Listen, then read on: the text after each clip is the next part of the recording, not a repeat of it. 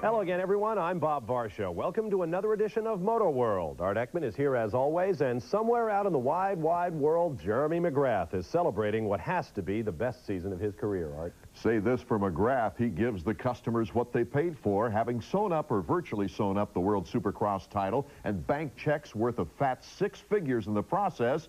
Any other racer might have been tempted to punch up the cruise control for the remainder of his European appearances. But not Showtime, especially not in the motorcycle-mad heart of Italy.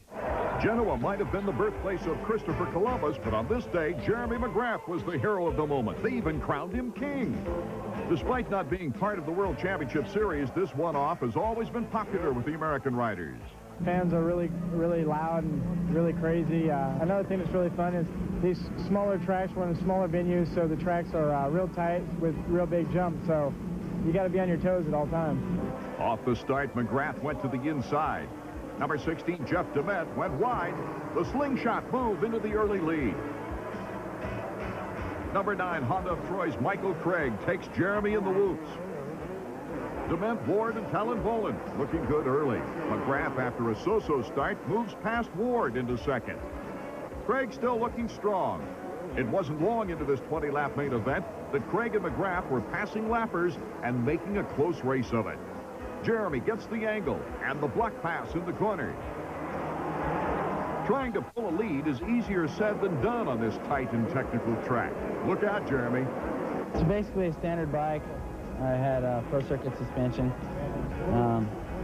My Honda stuff was at home. I didn't really get to use it this weekend. Craig, who won his qualifying heat, stayed close for a lap before Team Honda's Steve Lampson takes him in the whoops. The whoops later swallowed up Craig. Number 7, Mikel Pichon, the Frenchman and opportunist, moves into second place. Local favorite, Alessandro Puzar, was also forced to retire early. Larry Ward, the only rider to beat McGrath during the European season, got into the main after winning the last chance qualifier. He would finish in 5th.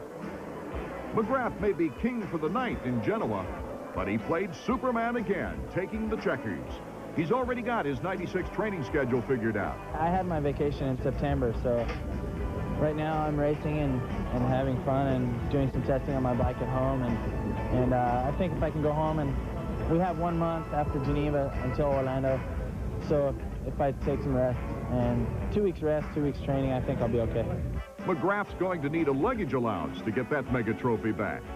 McGrath the winner again. Lampson, Pichon, DeMent, and Ward the top 5. Monty Michelli, the top Italian, in 6th place.